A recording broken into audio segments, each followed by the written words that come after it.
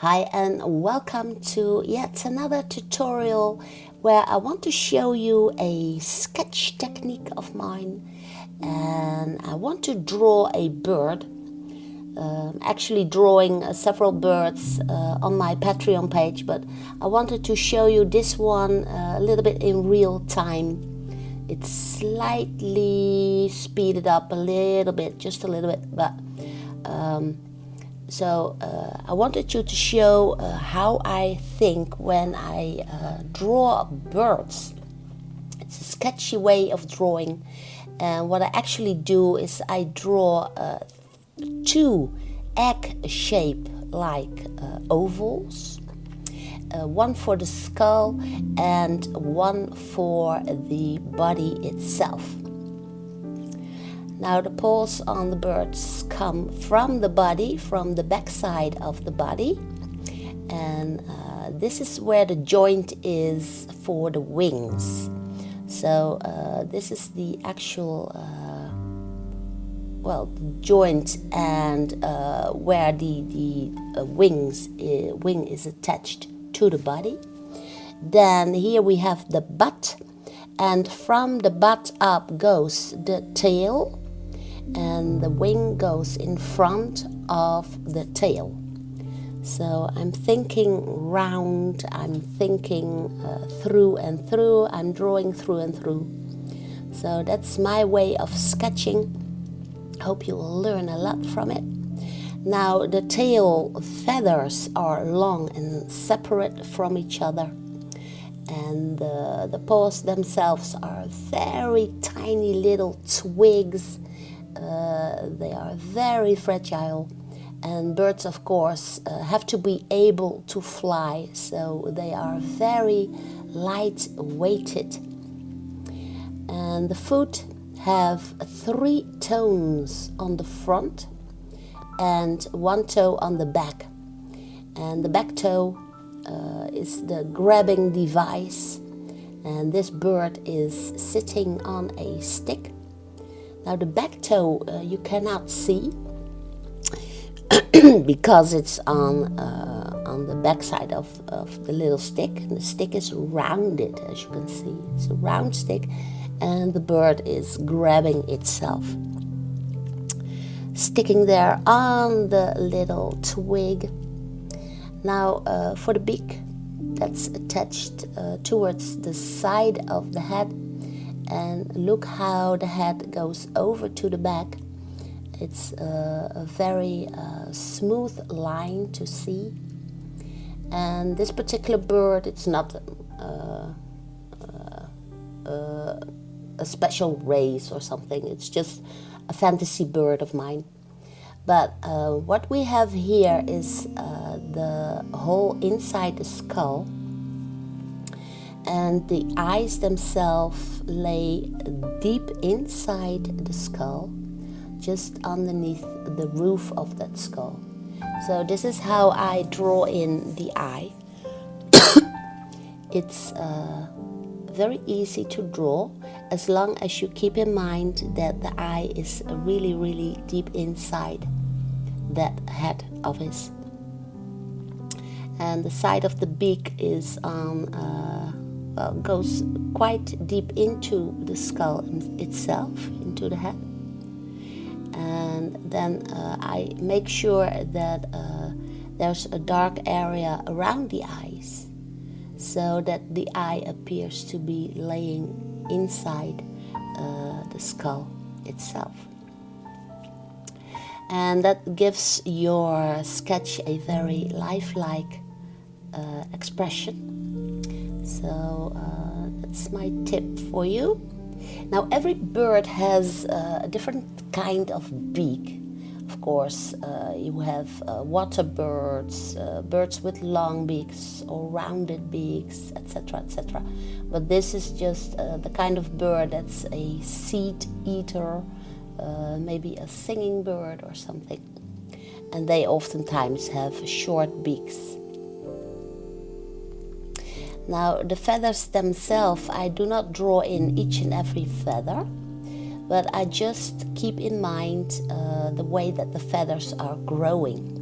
So I draw in the direction of the growth of the feathers.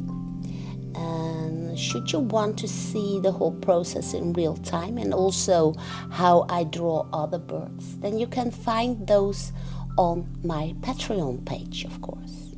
You're very welcome to join me there. Now, as the light is coming from the top right, I keep this always in mind to get a fairly realistic sketch going. And this is the nice flowing line from the tip of the head going into the back and going over the wings. Now, of course, there's a little bit of shadow underneath the wing, and I draw that in too.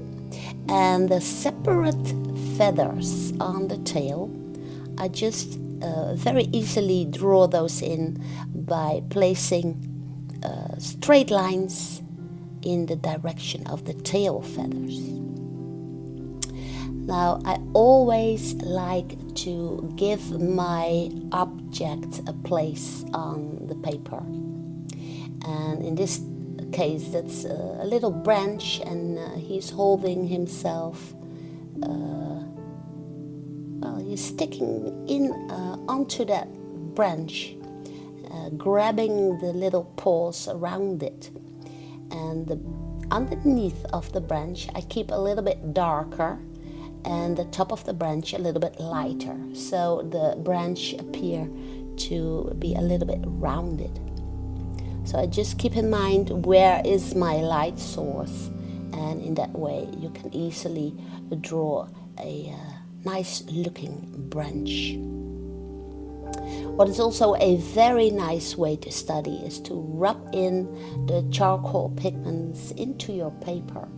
In this case, I'm using the Army newsprint paper. I always use the Army newsprint paper for my sketchings before I pick up the expensive paper or start painting or something. So I always do a study on the cheap paper. And this is my pencil eraser. And once you have rubbed in the pigments into your paper, you can easily go in there again with the pencil eraser and then bring back in the light. It's so nice to do. You can see a lot of those tips on my Patreon page, of course. And what is the side effect of rubbing in the pigments into your paper is that the complete drawing will stay there, but the contrast will disappear. But the contrast can easily be drawn back in by picking up your charcoal pencil again. By the way, this drawing can also be done with the graphite pencil, should you want to try that. That can easily be done. Also, the graphite pigments can easily be rubbed into the paper, and then you can have your go with it with the pencil eraser and going back in there. So as you can see, the contrast is back again, but I'm also having nice details by using the little eraser. And I will put in a little bit of background. I always like that too, just to make the lighter feathers pop out even better, like the feathers on the butt.